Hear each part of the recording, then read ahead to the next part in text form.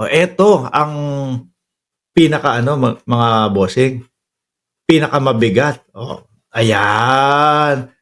Ayan. Oh, 'di ba? At ito ho, mga kababayan, ay balita Abril 13, 2025, no? O ngayong araw, endorso with question mark. Larawan ni na BP Sara, Direk Daryl at Senator Amy Marcos. Usap-usapan daw ho, mga kababayan. alam nyo na, mga bossing, di ba?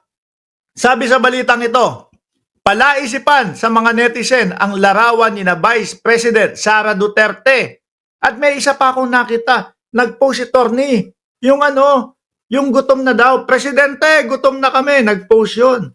Mukhang ini-endorso na din nila si Manang Amy. Mukhang napapaniwala na sila ni Manang Amy.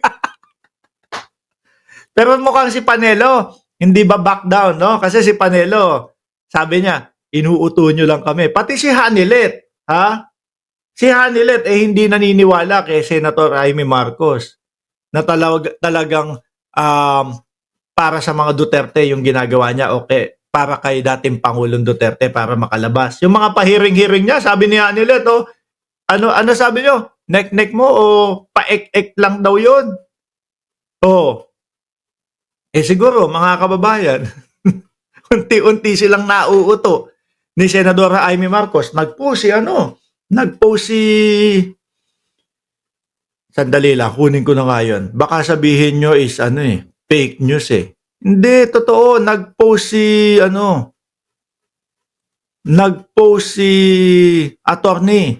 Saan ba yun? Na binabaka pa na din nila itong si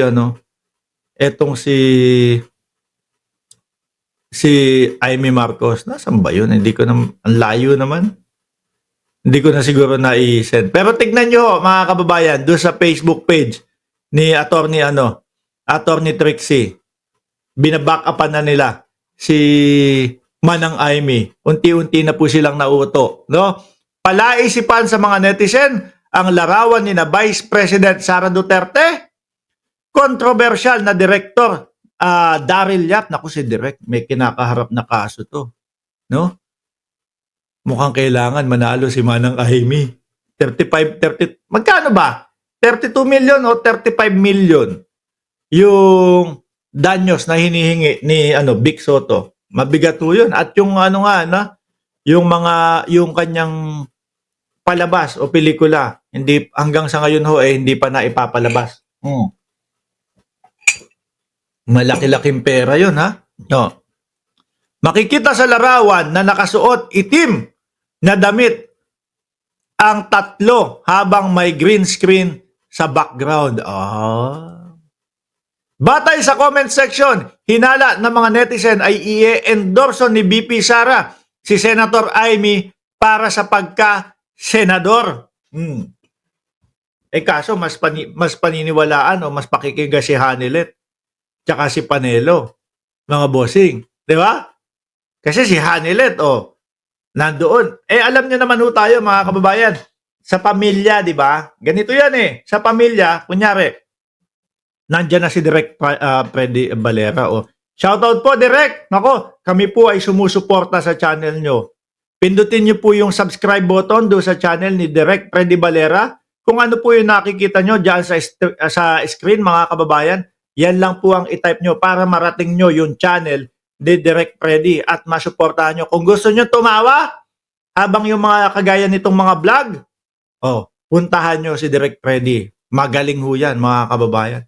Saludo ako dyan. Saka sineshare ko yung mga mga content niyan. At lagi din po akong nandyan. Nakikipagkwentuhan ako doon sa comment section.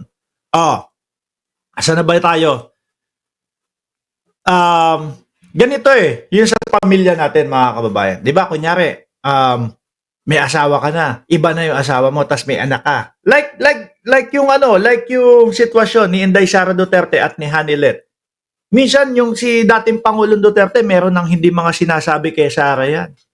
Mas sasabihin niya na, mas tiwala siya doon kay kay Hanilet. Di ho ba? Mas may tiwala na kay Hanilet. Doon na sinasabi yung mga sikreto. Kaya ho yung paek-ek-ek-ek ni Hanilet, tingin ko mga kababayan, ang dating Pangulong Duterte, yun din ang sinasabi kay Hanilet. Naku, huwag kang maniwala dyan sa kanilang pagganyan. Siguro nasasabi ni Hanilet, no? Oh, ganito, si Amy Marcos, nagpapahiring doon sa Senado, no? Para tinutulungan makalabas ka, etc., etc. Oh, para sila Bato hindi masama sa iyo dyan sa ICC. Siguro sabi ng Pangulo, kay Hanilet, naku, huwag kang magpaniwala dyan. No, paek-ek niya lang yan. Kaya, naman, yung na-interview si Hanilet, yun yung nasabi niya. Diba? Hindi sila naniniwala. Kasi yung kandidatura ho ni Manang Amy ngayon, mga kababayan, lagapak ho. Yung kaninang ipinakita ko sa inyo na survey, na, asan ba yun? Na ito, halos 16 na katao, yung nabasa nating pangalan, wala pa din ho yung wala pa din ho yung Amy Marcos Ayan, pakita ko ulit sa inyo. Lagapak ho, mga bossing. Kasi bistado ng sambayan ng Pilipino, bistado ng mga DDS, na si Senadora Amy Marcos namamangka sa 2 ilog. Sino ba naman ang bobotong kakamping kay Manang Amy? Sino ang bobotong mga loyalista o government supporter kay Manang Amy? Sa mga DDS, siguro, hindi ko pa din masabi. Kasi talagang yung mga binitawan pong salita nila Panelo, at lalo na ni Hanilet, na paek-ek niya lang yan. Malamang madami pong susunod dyan sa mga yan. Ano po? Tingin ko, mga kababayan, late na para iangat pa ulit nila si Amy. Kasi madami na silang nasabi. At yun ang paninindigan ng mga DDS. Si Bongo, Tulpo, 2. De La Rosa, 3. Soto, 4. Cayetano, 5. Bong Revilla, 6. Lacson, 7. Revillame, 8. Tulpo, 9. Binay, 10. Lito Lapid, 11. 12 si Pacquiao. Philip Salvador, 13. Villar, 14. 15 si Bam. Pang-16 si Marcoleta. At ito mga kababayan, nakikita nyo naman po, yung mga nasa ilalim na po, 12 to 18 na po ang posisyon niyan, mga kababayan. Ibig sabihin mga bossing, yung susunod, kung sakali na pang 17 si Manang Amy nandito sa ilalim ni Marcoleta, pang number 13, 13 pang hanggang 20 na yun. Yun, malabo na po talaga yun na manalo, mga kababayan. So siguro nakita ni Vice Presidente Inday Sara Duterte, sige na nga, no choice na tayo paniwalaan na natin tong si Amy Marcos, ikampanya na natin. Kaya, yan yung nakita nating litrato. Di ba? Nanganganib Nanganganib po, mga kababayan. Wala sa top 12. Tapos, yung pinaka-position ni Marcoleta na nasa ilalim ng 16, 12 to 18. Nasaan pa yung pangalan ni Amy Marcos? 13 hanggang 20, 22 na. Alaws na ho, mga kababayan. Di ba?